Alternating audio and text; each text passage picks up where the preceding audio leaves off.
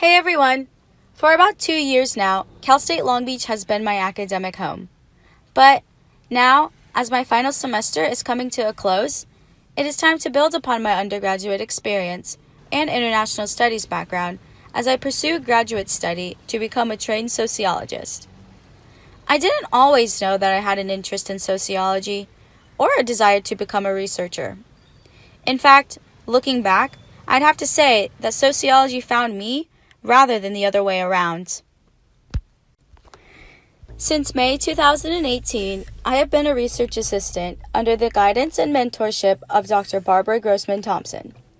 This unique opportunity allowed me to collaborate with a faculty mentor on 2 separate research projects. The first research project explored how international labor migration affected Nepali women migrant workers and their household well-being. The second research project I participated in analyzed gender-based violence and graphic art murals in Nepal. This second project was the most rewarding learning experience in my undergraduate career, particularly because I got to travel to Nepal to participate in preliminary data collection with Dr. Grossman-Thompson and her primary investigator, Dr. Charlotte Salmi, from the Queen Mary University of London. The research project I got to participate in looked at how visual art can be a tool for analyzing how gender-based violence is both presented in mainstream Nepali society and how the same discourse is understood by organizations like local and international NGOs. These initiatives emerged out of collaborations between international organizations and local Nepali organizations, with the explicit purpose of raising awareness about women's rights. For me, the most interesting part was not the art themselves, but rather, it was having a more critical understanding of organizations and their impact on society.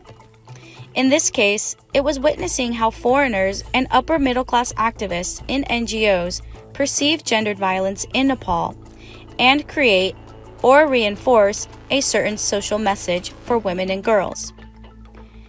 In their co-authored journal, Dr. Grossman-Thompson and Dr. Salmi state that street art has since been taken up by women's movements, NGOs, and governmental organizations to raise awareness, build solidarity, and affect socio-political change.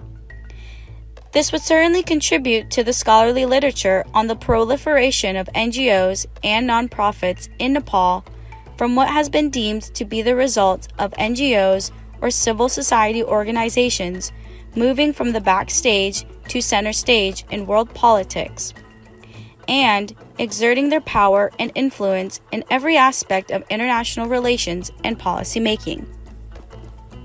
Seeing these art murals reminded me of what Dr. Kimberly Walters has said about non-Western feminisms in IST 200.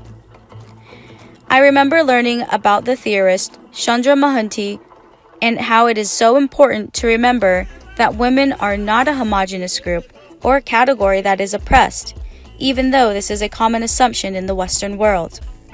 These images of powerless women are sustained by NGOs in Nepal in arguably the same way Western societies perpetuate hegemonic ideas about oppression and empowerment. These ideas generate and reinforce a colonial discourse that uses power to maintain the lasting global South and global North connection.